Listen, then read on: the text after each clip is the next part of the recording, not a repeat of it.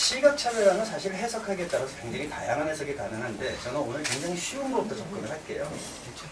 화각이에요, 바로 화각. 그러니까 이거는 내가 사진을 담는데 여러분이 필수로 가지고 있어야 되는 게 카메라, 바디와 렌즈예요. 근데 바디는 뭐 풀바디든 크롭바디든 상관이 없지만 렌즈는 여러분들이 갖고 있는 게 대표적인 게 광각 렌즈, 표준 렌즈, 망원 렌즈, 접사 렌즈, 뭐 어안 렌즈, 뭐 여러 가지가 있겠죠. 그런 렌즈들에 대한 특징이나 그 렌즈로 표현할 수 있는 기법을 제대로 알고 쓰시느냐 하는 게 첫 번째 질문입니다. 보통 화각에 대해서 얘기할 때 이런 그림들을 많이 보여주죠. 화각이 있는가 하면 화각과 비슷한 의미가 초점거리가 있습니다. 근데 우리가 흔히 알고 있는 게 바로 초점거리예요.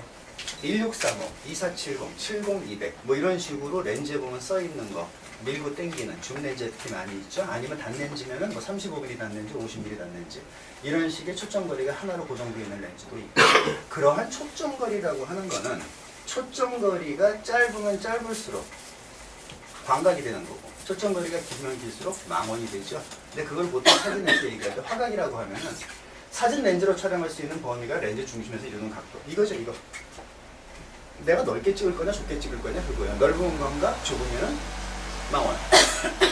근데 보통 우리가 얘기할 때 화각에 대해서는 얘기를 잘 안 합니다. 왜냐면 화각이라고 하는 의미가 살짝 어려워요. 여러분 그 사람의 눈이 기본적으로 갖고 있는 화각이 몇 도라고 알고 계세요?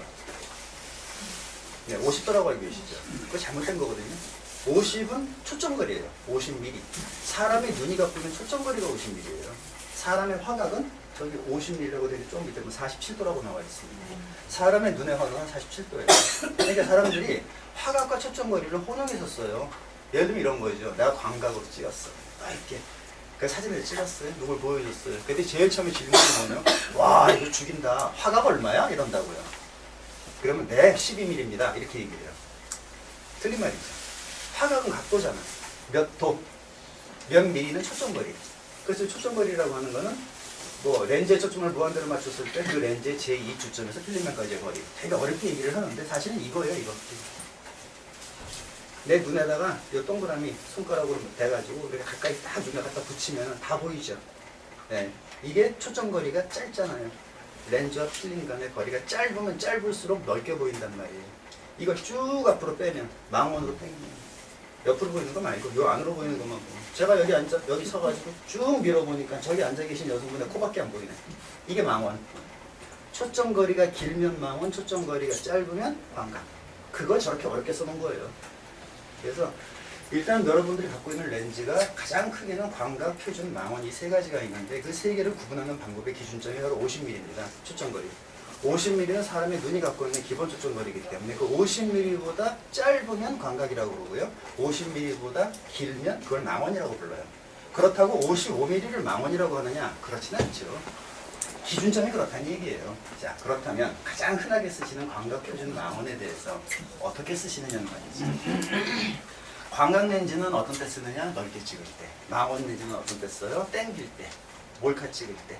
표준 렌즈는 어떤 때 써요? 그냥 그저 그렇게 찍을 때. 뭐 이렇게밖에 얘기를 안 하시는데. 자, 첫 번째 50mm 표준 렌즈.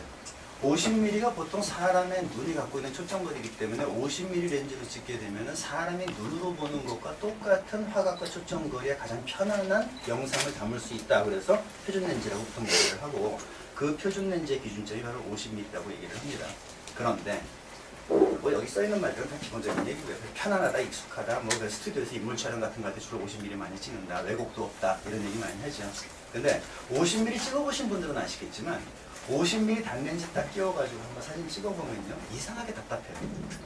내가 보는 것보다 좁아 보여요. 사실은 그게 왜 그러냐면 사람이 눈의 화각, 초점거리는 분명히 50mm입니다. 그리고 화각은 47도 맞아요. 그거는 내가 한 지점을 그대로 똑바로 바라보고 있을 때 그렇다는 얘기예요. 내가 요새 여기 앉아있는 분의 눈을 똑바로 쳐다보고 있잖아요. 눈 안 돌리고. 그래도 양쪽이 보여요. 그렇죠? 그게 47도예요. 그거하고 똑같이 만든 게 바로 50mm 렌즈인데 우리가 보통 사람 눈이 사물을 볼 때는요 하나만 뚫어져는 안 봐요. 싸울 때나 그렇게 보지. 보통은 눈알이 왔다 갔다 해요. 내가 이번을 똑바로 본다고 해도 눈도 봤다, 코도 봤다, 이마도 봤다 왔다 갔다 한다고요. 그러다 보면 자연스럽게 화각이 약간 넓어져요. 그래서 거기에 맞는 화각이 얼마냐면 그게 35mm 돼요. 그래서 보통 표준 렌즈에 뭐 사람 눈하고 똑같은 편안한 뭐 단렌즈로 처음에 사진을 시작하냐 어쩌나 그래서 50mm 사잖아요. 그래서 50mm 사지 말고 35mm를 사라고 자꾸 하는 이유가 바로 그거예요. 그냥 35mm로 찍어놓으면 그나마 사람 눈으로 보는 것처럼 조금 편안하게 찍혀요. 그래서 그냥 참고로 아시고요. 어쨌든 50mm가 사진에서는 가장 표준 렌즈라고 보통 얘기를 합니다. 자, 이제 메인입니다. 광각. 광각은요, 넓게 찍는 렌즈가 아니에요. 원래 이 광각의 특징은 가까운 건 더 가깝게, 먼 거는 더 멀리 보여주는 게 광각 렌즈예요. 그래서 거리 왜곡이 생겨요. 가까운 건 더 가깝게, 먼 건 더 멀리. 그래서 아스라이 멀어지는 느낌의 사진을 잡을 수 있는 게 바로 광각 렌즈예요.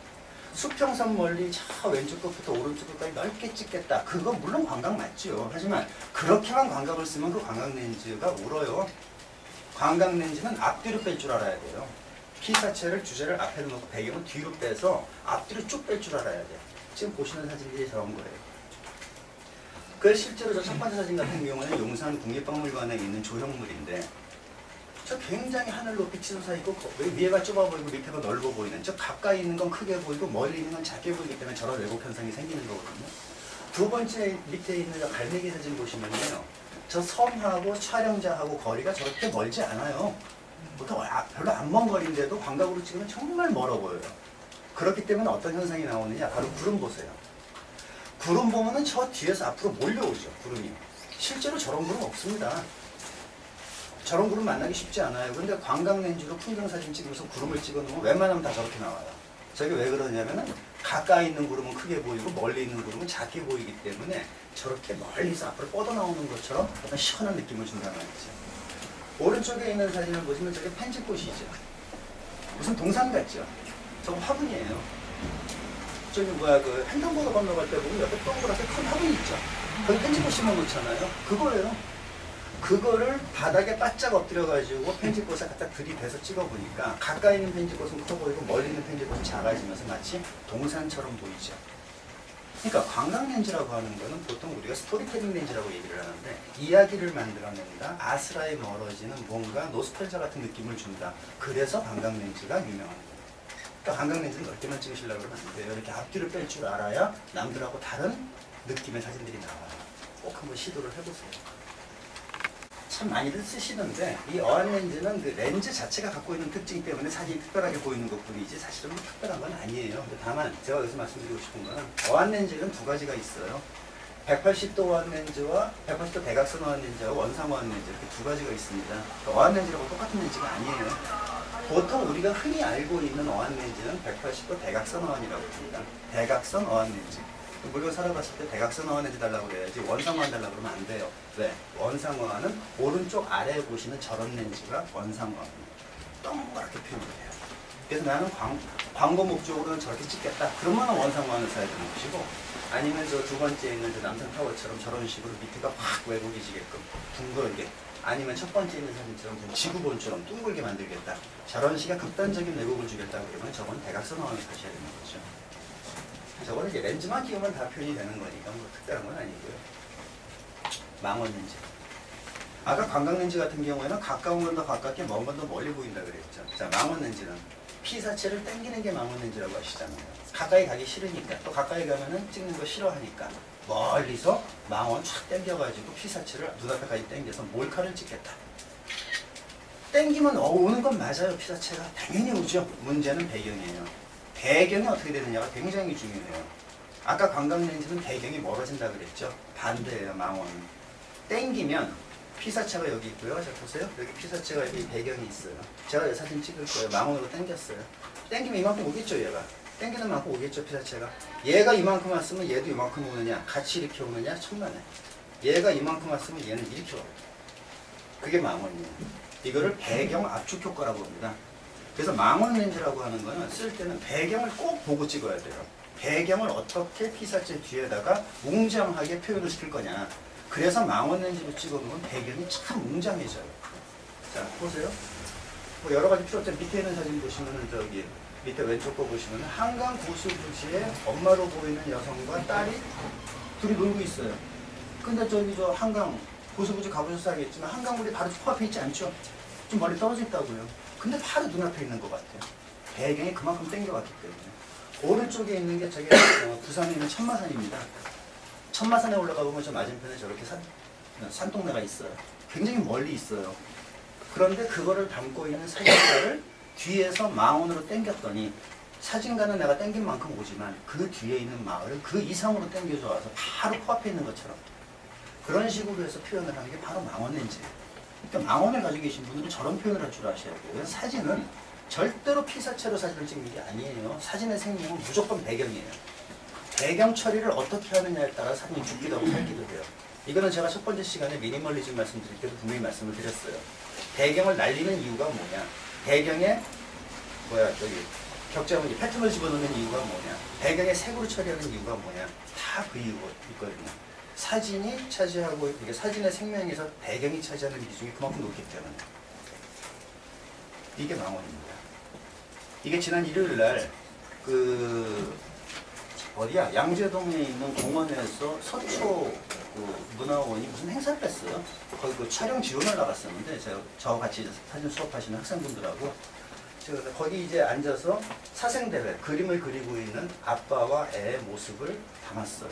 물론 망원으로 200mm로 당긴 겁니다. 저 뒤에 있는 나무 보세요. 저 뒤에 있는 나무가 실제로 저기 가까이 있지 않아요. 나무가 참 멀리 있었어요. 그런데도 당기니까 바로 옆에 나무가 있는 것 같고 멀리 있는 놈이기 때문에 자연스럽게 아웃포커싱이 저렇게 만들어지면서 배경이 웅장하게 만들어지죠.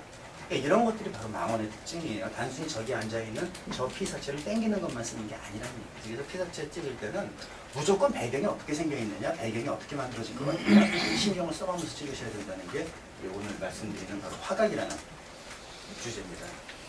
자, 이제 몸 풀었으니까 이제 본격적으로 들어갈게요. 디자인.